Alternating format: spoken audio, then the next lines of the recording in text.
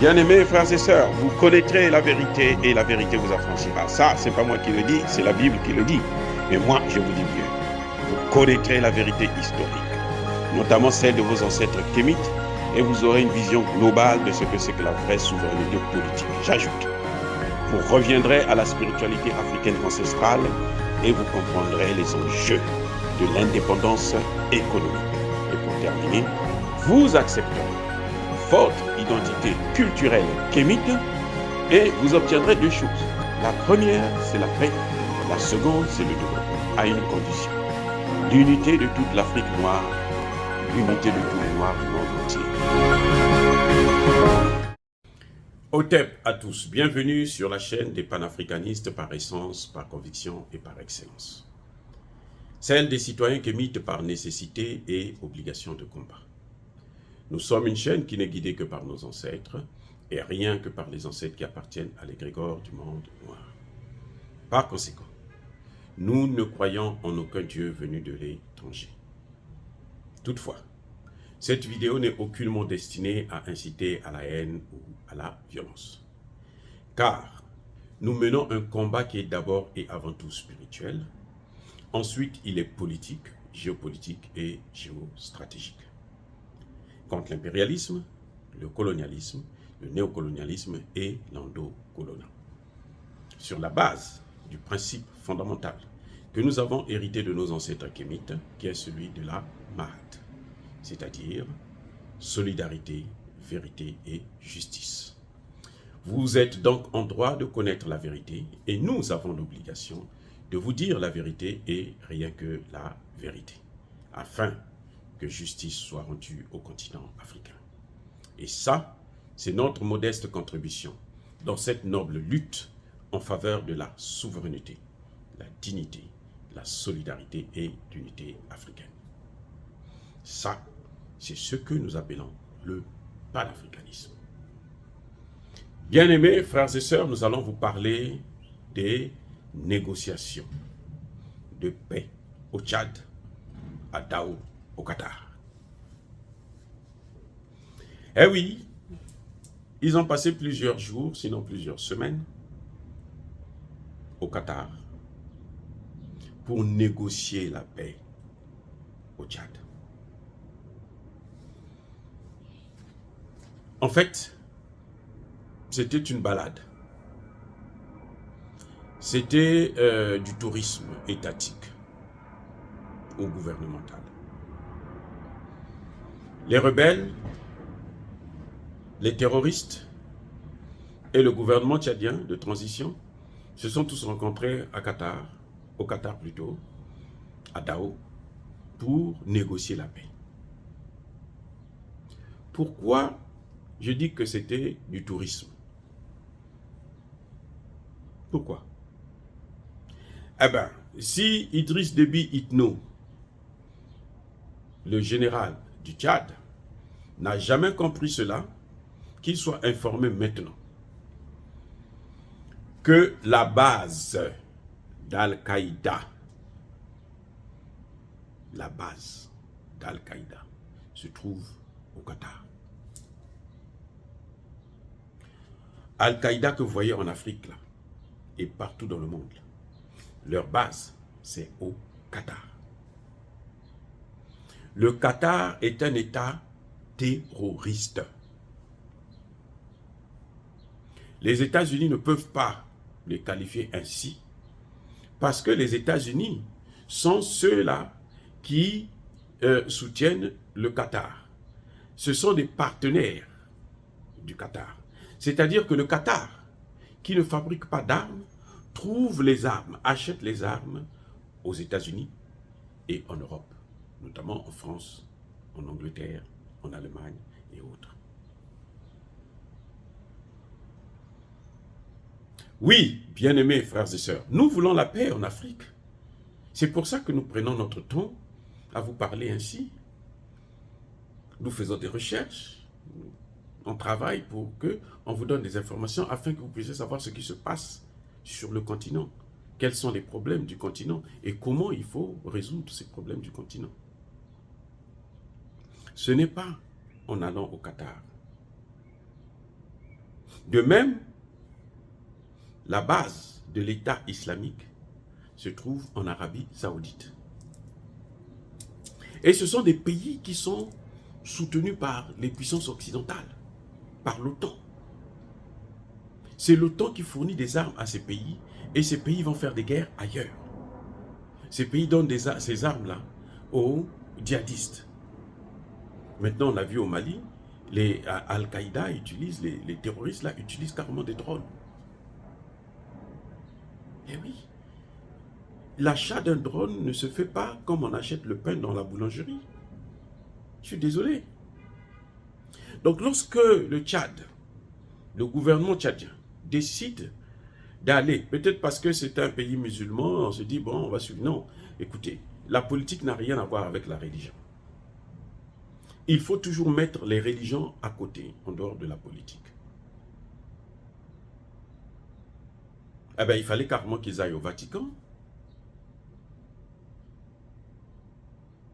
Surtout que c'est des pays où ils ne sont pas tous musulmans, il y a aussi des chrétiens. Pourquoi ils ne partent pas au Vatican? Pourquoi c'est au Qatar? L'Afrique compte 54 États. Sur les 54 États, il n'y a pas un pays qui pouvait recevoir ces Tchadiens-là pour qu'ils puissent mener leurs négociations tranquillement. Il faut aller au Qatar, à la base d'Al-Qaïda. Mais ça dit que et vous prenez des risques inutiles. C'est comme si on invitait Al-Qaïda au Tchad. Ce que vous avez vu là. C'est-à-dire que Idriss Déby est en train d'inviter Al-Qaïda au Tchad. Il pouvait aller au Cameroun, il pouvait aller en Égypte, il pouvait aller en Algérie, il pouvait aller machin, tout ça là. Là, c'est au cas où ils ne peuvent pas se rencontrer au Tchad. Mais le linge sale, croyez-moi, il se lave en famille. Le Qatar ne fait pas partie de la famille de l'Afrique. Non, le Qatar, c'est un ennemi de l'Afrique. Aujourd'hui, ils essaient parfois de changer un peu de politique. S'ils viennent, aujourd'hui, ils s'attaquent à l'Afrique. C'est parce qu'ils savent que leurs ressources là sont maintenant limitées. Leurs ressources tendent à s'épuiser. C'est pour ça qu'ils veulent maintenant aller en Afrique, avoir une main en Afrique. Mais ils viennent mal, ils viennent comme les Occidentaux l'ont fait. Et les Occidentaux aujourd'hui ont des problèmes. Nous devrons apprendre à nous asseoir sous le baobab, entre nous. Les Tchadiens peuvent se rencontrer entre eux au Tchad. Chaque fois que vous sortez pour aller régler vos problèmes dans un autre pays, vous êtes sous contrôle d'un autre pays. Vous êtes sous le contrôle des autres et des Occidentaux en particulier. Et toutes les négociations africaines qui se sont faites à l'extérieur, notamment à l'extérieur du continent africain, ou à l'extérieur du pays même, posent un problème. On a vu Marcoussi, pour la Côte d'Ivoire, ils ont fait des négociations à Marcoussi. Qu'est-ce que ça a donné? Laurent Gbagbo, qui a accepté d'aller à Marcoussi, aller signer les accords, s'est retrouvé à La Haye, par les mêmes qui ont créé Marcoussi. Aujourd'hui, le Mali a du mal à appliquer les accords d'Alger, parce que ces accords-là ont été faits, signés sous l'influence de la France. C'est la France qui demandait la division, la partition, la balkanisation du Mali. Aujourd'hui, ils ont ça sous le cou. Ils savent plus comment faire pour appliquer ça. Ils peuvent pas, c'est inapplicable, à moins de diviser le pays. Mais si on veut maintenir l'intégrité territoriale du Mali, on ne peut pas appliquer les accords d'Alger. Pourquoi? Parce que c'est fait en dehors.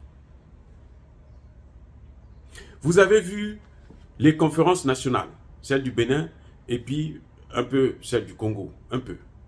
Mais surtout celle du Bénin, la première conférence nationale en Afrique, qui a précédé même le discours de Mitterrand à Marcoussi. Cette conférence nationale a réussi parce que les Béninois se sont retrouvés entre eux. Au Bénin. Pourquoi le Mali est soutenu aujourd'hui par la population? Parce que les États généraux là se sont faits au Mali. Ils ne sont pas partis à Alger aussi. Et puis comment ils allaient pouvoir déplacer 90 000 représentants? Donc, soyons sérieux. On ne peut pas toujours se comporter comme des enfants qui ne sont pas capables de prendre leurs responsabilités. Aux problèmes africains méritent, il n'y a que des solutions africaines. Dès lors que vous sortez de l'Afrique, et pire encore, un État qui soutient le terrorisme dans le monde, qui est reconnu par tout le monde, c'est là-bas que vous choisissez pour aller faire vos négociations, alors c'est que vous avez un problème grave. Et les hommes politiques, et les terroristes, bon, les terroristes, ça se comprend, puisque eux, ils vont vers ils sont sur leur territoire. Ce sont eux c'est le Qatar qui les soutient. Ils sont chez eux. Mais le gouvernement ne devait pas tomber dans ce piège. Il devait s'arranger à trouver des garanties, donner des garanties, autres garanties, pour que les Tchadiens se retrouvent au Tchad. La solution au problème tchadien se trouve au Tchad, pas au Qatar. Et vous allez voir, je tiens un pari, d'ailleurs, ça a déjà capoté, ça a déjà échoué, puisque les deux grands groupes les plus influents, les groupes terroristes, ils n'ont pas signé ces accords. Ils étaient là, mais ils n'ont pas signé. Vous savez c'est quoi? À la demande de qui? C'est à la demande de la France.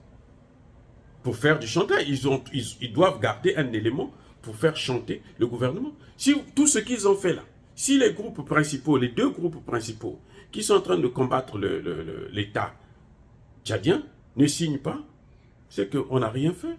C'est du surplace. Le problème n'est pas résolu, mais alors même pas le quart. Il n'y a rien du tout. On n'a rien fait. C'était une balade. Inutile, bien sûr. On a ajouté la bêtise à la bêtise. Non, Idriss Déby doit comprendre que l'Afrique n'a plus le temps à perdre avec des amateurs. C'est un homme des armes, il n'a qu'à aller faire la guerre. Qu'il laisse le pouvoir à ceux qui sont capables de le gérer. Si ce n'est que comme ça, là, ça n'a pas de sens. L'Afrique est mûre, l'Afrique est capable de régler ses problèmes elle-même, sans l'aide des autres. Il suffit qu'il y ait la conscience. Vous savez que quand vous allez dans des négociations comme ça, telles que là, ils sont allés à Daou, mais ce n'est pas par hasard que les principaux groupes n'ont pas signé. C'est à la demande de la France. On leur dit, vous ne signez pas, laissez les autres signer. Comme ça, quand ils vont demander quelque chose à Idriss Déby, si Idriss Déby refuse, on les actionne encore, allez-y. Et comme ils sont bêtes aussi, ils vont aller faire la guerre. C'est tout. Pourquoi vous faites un déplacement, vous venez rester plusieurs semaines dans un pays, et puis, bon, vous refusez à la fin de signer. Vous êtes d'accord à qu'il y ait des accords, mais vous refusez de signer. C'est que vous êtes venu faire quoi? Vous êtes venu pour espionner. C'est que vous n'êtes pas naturel. Vous n'êtes pas en vous, vous réagissez sur la base d'un autre esprit, d'un autre pays qui vous domine, qui vous contrôle, qui vous arme et qui vous manipule. Que ça cesse.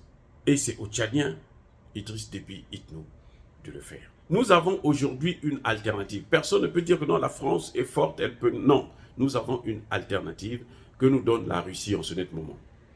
La Russie de Poutine. Parce que quand Poutine ne sera plus là, ça pourra être autrement. Mais Poutine est là, nous avons une garantie que tous les États qui veulent leur souveraineté, affirmer leur souveraineté, ils auront le soutien de la Russie. C'est clair et c'est net. Ça, c'est incontestable. Donc, il n'y a plus de raison pour dire que non, nous, on n'a pas les moyens de faire la guerre à la France, nous avons peur, nous avons ceci. Non. Le cas de Centrafrique, le cas du Mali, sont là. Ils sont très éloquents. Ils vous montrent que la Russie est un partenaire sérieux. Je ne demande pas qu'on quitte un maître pour aller vers un autre maître. Non. Nous, aujourd'hui, nous n'avons pas l'alternative que d'aller vers un pays qui peut nous soutenir jusqu'au Conseil de sécurité de l'ONU. pour obtenir notre souveraineté. Un pays qui lui aussi combat l'impérialisme occidental. C'est ça que nous demandons, c'est ça dont nous avons besoin. Dire cela, c'est inciter à la haine ou à la violence? Non. C'est que chacun de nous doit prendre ses responsabilités. Ya Bakolerve, Ya Malembe. Soyez bénis par le Dieu des Kémites. J'ai dit et j'assume.